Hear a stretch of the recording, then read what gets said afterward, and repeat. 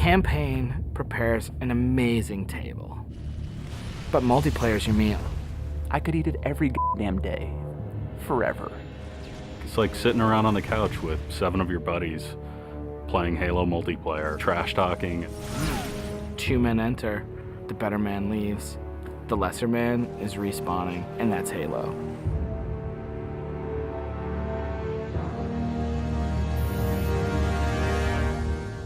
The beta. It's super important to have these like big ticket like milestones that sort of force a bunch of wishy-washy designers to get their shit together. So for the multiplayer team, it is absolutely a test of all the stuff we've been doing. Destination. I'm really terrified about what people are going to say. The public beta is where it all comes together. Beat the shit out of our code, come break our cookie system, come try to, like, it's a great security test. Maybe they're going to find new glitches that we can fix. That's why I'm like, please, find new glitches, find new glitches. We made a bunch of changes in Reach that are pretty significant. For multiplayer, especially, there's a lot of people who are super passionate about the features that we put into it. The DMR is absolutely an awesome, worthy successor to the battle rifle. You kind of get control over how accurate your shot is going to be. If you're spamming that trigger as fast as you can fire it, it's going to go kind of wild. If you're trying to like hit a guy really, really far away, then you have to slow that down. Everyone's totally destroying with the DMR. It's like everyone's got a Death Star in their hands. I usually go back to the Needler. That's one that always makes me happy.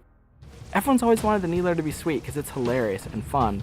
Then it gets too sweet, or all of a sudden like something gets fixed, and it's like, oh, tracking's fixed now, and you're like, guys just burst. It's been fun to go back and kind of re-envision some of the old friends. Like the sniper rifle. Like I pick up the sniper rifle and I'm like, this is it. It's totally happening, and I'm about to rain death on the plebeians that I work with. Overkill. And I'm like, yep, it's back. The Covenant focus rifle is awesome because it's like that Sentinel beam from Halo 2, but now it's a sniper weapon. When the pistol started to come back, it was insane. It was so awesome. I'm super excited to see what people do with armor abilities. It totally changes the game. You've got this secret weapon in your back pocket that's your 4th leg of fun. What do you want to be? Like invisible? Do you want to fly? Do you want to turn to stone?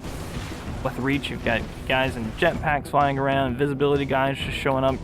It's kind of a give and take between us and Sage and Josh trying to figure out like what's that perfect balance with all the new stuff. There's a lot of that goes on. They're like, shh, don't tell Sage, he'll nerf it. You're juggling plates, right? You're just sitting there spinning the plates, and occasionally once you're spinning, you're like, ah! And you're like, make Invis more powerful. And everyone's like, no, I'm picking Invis. And you're like, okay, make it less powerful. And then, oh, now everyone like, I mean, that's what Sage and those guys do. It's a fucking huge challenge. We don't ever want to create one super weapon that works in all cases, because that tends to make the game fairly dull. It's really up to the player to decide how do they want to play on a particular map. It's a choice. Double kill. That's, I think, Halo at its best is like making these choices. You start the game, and immediately you get to choose a loadout. You're making a single selection that includes your armor ability and your weapon.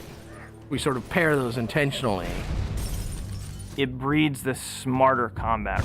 You'll definitely notice a big difference in how the game functions. Right now, at this exact moment in development, Armor Lock's insane. It's super powerful. I love it. It is just fucking fun. There are 2 Slayer maps. There's Powerhouse, which is an asymmetrical map. Lots of indoor-outdoor action. Sword Base is a very vertical map. Moving around Sword Base is a completely different scenario when you've got a jetpack versus when you're sprinting. This time around, we decided to integrate all of the multiplayer maps within the campaign. Overlook is another Pioneer-style base. We're using it for a game type called Generator Defense. That's also a multiple loadout game type.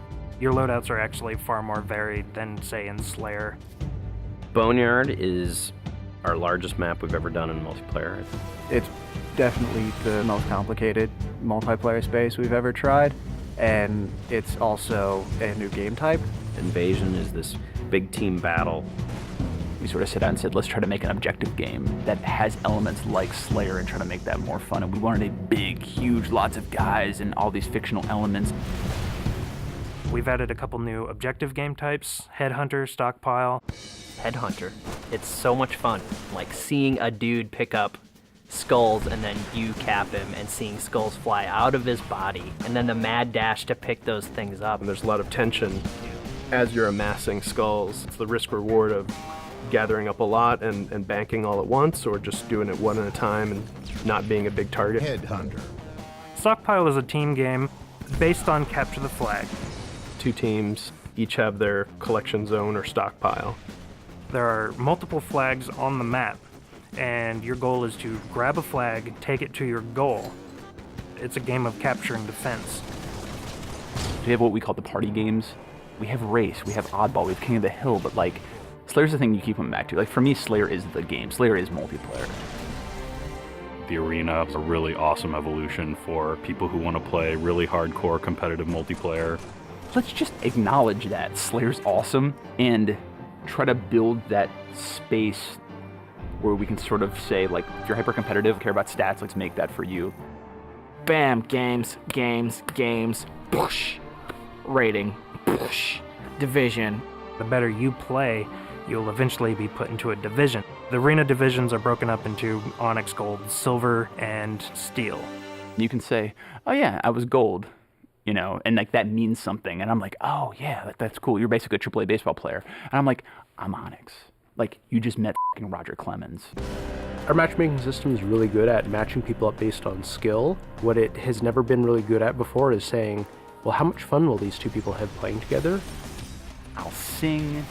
Some of it's obnoxious. I'll get muted. Why can't I tell the system, dude, find me the people who love playing like a team player? Instead of just trying to put 8 people in a game together, we first use the social preferences for finding teammates.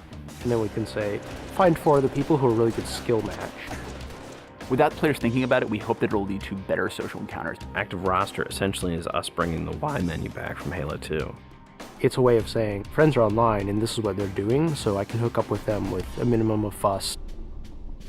Everything that you see in the game, there's a path to getting. We can make this game about you.